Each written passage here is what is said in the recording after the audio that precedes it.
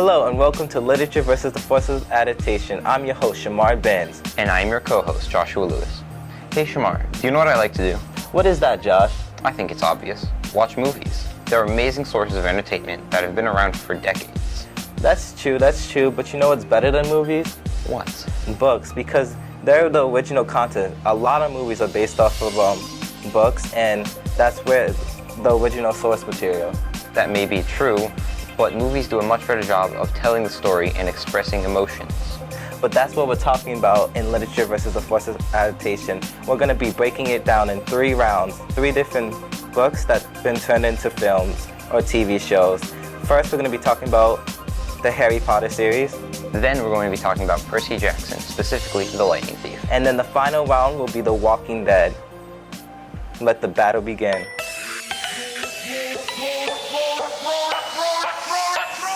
In 1997, J.K. Rowling introduced the readers of the world to the Harry Potter series, and it became a phenomenon. It introduced us to a world where wizards, witches, and any creatures you could imagine could live in it. And it created like one of the most famous stories in the world that has become the best-selling series in the world, making J.K. Rowling the most famous author in the world and most paid.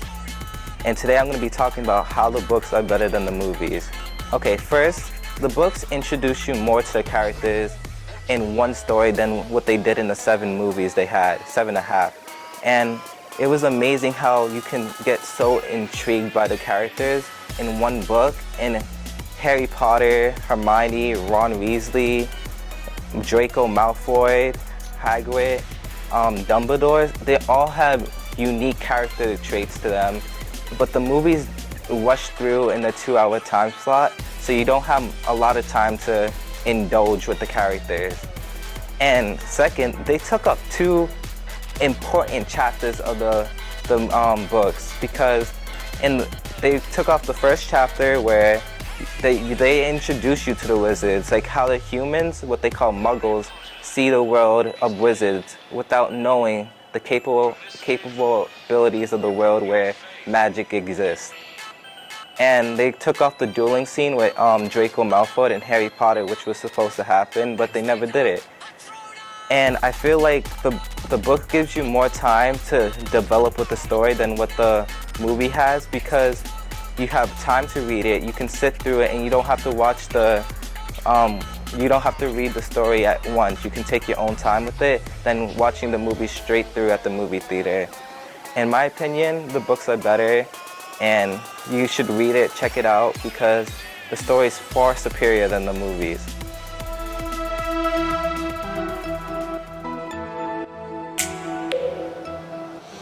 In 1997, J.K. Rowling encapsulated the hearts of millions of readers with Harry Potter and the Sorcerer's Stone. And in 2001, the ensnarement of the soul was all the more stronger when the wizarding world of Harry Potter finally reached the silver screen. The differences between the books and the movies are minuscule at best. The movies include most every scene in the book. However, not everything is perfect. The movies do leave out the most iconic scene, the duel between Harry Potter and Draco Malfoy. Remember that one? No? That's right, because it didn't happen in the books. Malfoy just decided to be a big pussycat and just ran away from the duel. So the thought of including a duel that never happened is complete pointlessness and would only extend the runtime of the movie. The visual effects are phenomenal, praised multiple times over, and the movie does an amazing job of incorporating them and making them seem very real. So overall, the books do hold some merit as being the original story, but the movies have far more charm and intriguement and are generally better. In 2005, Rick Riordan released his Greek mythology books, fiction, the Percy Jackson series, which has made millions in sales.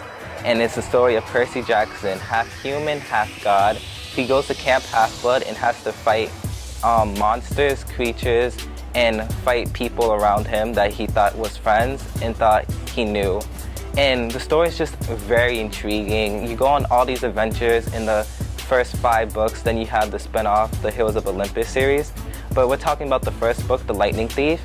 And The Lightning Thief, compared to the movies, is horrendous. The movie does a terrible job adapting the book to movies. First of all, Annabeth's hair is not blonde. Percy's like 16, 17, when in the book he was 12. And Grover is just a totally different character than what he is. They changed so much things from the books to the movies. Like, all the action scenes are so different. Like, the fight with Medusa, it's like, oh, Medusa pretends to be a grandma and then tries to lead them in with snacks and stuff, but it's just a straight battle. And then the casino scene, it's just so different, because the Lotus scene was supposed to be just like them at a water park, but then they had to make like gambling and all this other stuff. And they skipped out on one of the best chapters in the book, the fight with Ares, the god of war. Percy Jackson fought him, and they skipped that out in the movies, which could have been a totally awesome scene. And Ares is not even in the book movies. Ares' daughter isn't even in the movies either. They don't even introduce her to the second movie. And it's so much better to read the book than watch the movies, because you have more story, it takes the time, you know the characters better, and the movies just, they don't follow the books at all. And that's why I like the books better.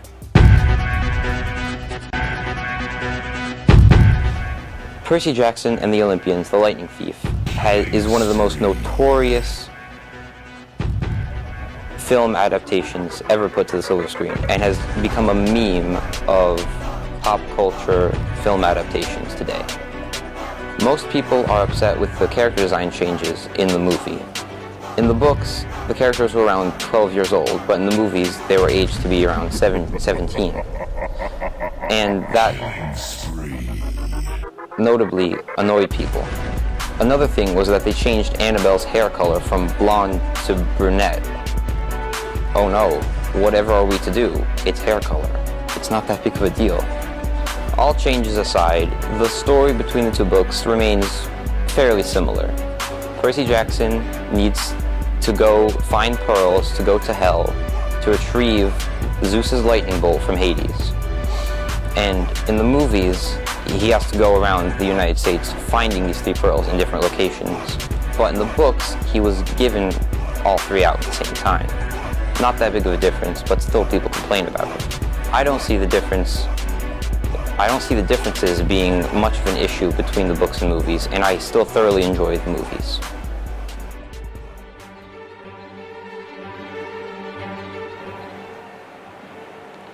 In 2003, Robert Kirkman started the zombie phenomenon known as The Walking Dead. The Walking Dead is a critically acclaimed comic book and is one of the best-selling post-apocalypse series to ever exist. And it stars our character Rick Grimes. And today we're going to be talking about the first chapter in the first season, Days Gone By. Well, Days Gone By is the whole entire season 1 in one chapter, one book, and it's incredible how different they are compared to what the TV show did. First, Daryl, one of the most famous characters in the show, is not even in the comic books at all. Shane dies in the first volume, like the first chapter he straight up dies, and he doesn't die till season 2, but they do it the same way with Carl shooting him. And Carl is a lot younger in the comic books than what he is in the TV show. And the whole mall scene with the walkers invading the mall and Rick actually meeting up with the group for the first time. When Rick actually met up with the group in the comics, it was just him and Glenn going back straight to the camp, but then they had to add more suspense by having them be trapped in a mall.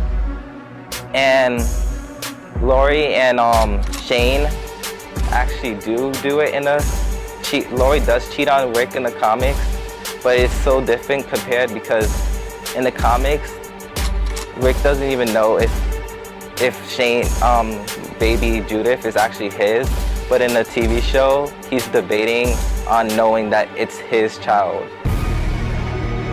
And they have the whole The season finale of The Walking Dead season 1 has like this whole like bomb explosion scene that doesn't even take place in the comic books. They go straight to Herschel's farm after the first chapter. And that's the whole difference between the comics and the TV show. Story differences between the Walking Dead comic books and the TV show are minuscule at best. There's a zombie apocalypse and a group of survivors tries to survive. One of the biggest differences is character deaths between the comic books and the TV show. But in the end, most of the characters who died in the books still die in the film. So people who are complaining about it don't have much to complain about. Yes, a character died in season 1 and then lived for 3 more seasons, but they still died. It's the circle of life. So don't go into a hissy fit if the TV show betrays the original idea from the comic books. It's all the same thing. If a character dies in one adaptation, it's going to die in another. Glenn. The TV show really characterizes the characters more than in the books because it puts more emotion into each of their characters. The characters in the comic book did have emotion and expressed feeling, but the TV show just does a better job of expressing emotion and making you feel sympathy for these characters.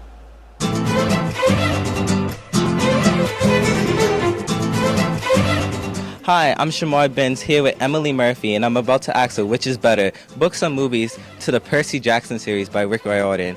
In your opinion, for The Lightning Thief, what do you think is better? I think the books are better because the movies are absolutely horrendous and horrible. Just not true to the book. I strongly agree with you. They take out a lot of plot points from the books, and the movies are pretty bad. You can check Rotten Tomatoes for that. I'm here with Mia Isabella Brea, and today we're going to be talking about The Walking Dead and which is better, the books or movies. Now, you obviously understand that the movies are far superior, correct? I actually have to disagree. Well, why would that be? Well, the comic books are a lot better. The TV show took out far too many characters and added characters that are not in the actual story, and certain deaths that happened in the show did not happen in the books, so it's obviously the books are better. Well, everyone has their opinion. Hi, I'm with Gabby Ramp, and I'm about to ask her which is better, the books or movies, to the Harry Potter series. In your opinion, Gabby, which is better? The movies, Why? because I think you can actually visualize with the movies instead of the book. Okay, fair opinion. I can see that. Better. Yeah, thank you for your time. I'm here with Gabby Soba, and today, let's get straight to the point. What do you think is better, the Harry Potter books or the films? I think the books are better because it has more detail and it misses like the movie doesn't have a lot of the details that the book has. Well, I respect your opinion. Hi, I'm with Shania Benz, about to ask her which is better, the books or movies to the Percy Jackson series. Shania, in your opinion, which is better, books or movies? I like books better And why is that? because they tell more of a story and they give more detail. In the movies, they don't give all the details. They leave out a lot of parts. Thank you for your time. Hello everybody, today I'm with Matthew Rodriguez. So, what is better, the Harry Potter books or the movies? I think that the books are better because you can get certain imagery that movies don't really allow you to get. Well, that's okay. Hi, I'm with Joel Rodriguez, and I'm about to ask him which is better, the TV show or the comic books to the Walking Dead series by Robert Kirkman? I gotta say, I love the TV show better. The books just don't really reach out to me, just like in the movie. It's a lot more interesting. Keeps you in on the lore about The Walking Dead. It's really interesting. I do love the comics more, but I can strongly agree what he sees. Each season of The Walking Dead fills you with a lot of excitement, and I've been watching it since season 2, and I'm still going strong with the series. I'm here with Matthew Polandic, and today I'll be asking him, what is better, the Walking Dead comic books or the TV show? I think the books are better. 'Cause, I feel like they give better description on what's going on. I feel like they're more detailed. That's a fair point. Thank you for coming. What an exciting battle we had today between books and movies. From our results, it shows that books are better than movies, right Josh? Well, I will concede defeat and admit that by popular opinion, the books have won out over the movies. But that doesn't mean that you can't get some enjoyment out of watching the movies. Oh, I can agree with that. You can check out the movies and read the books. You can enjoy them both, but books still won. And that's all we have today. I want to thank everybody that we got to interview. I'm your host, Shamar Ben. And I'm your host, Joshua Lewis. Have an awesome day.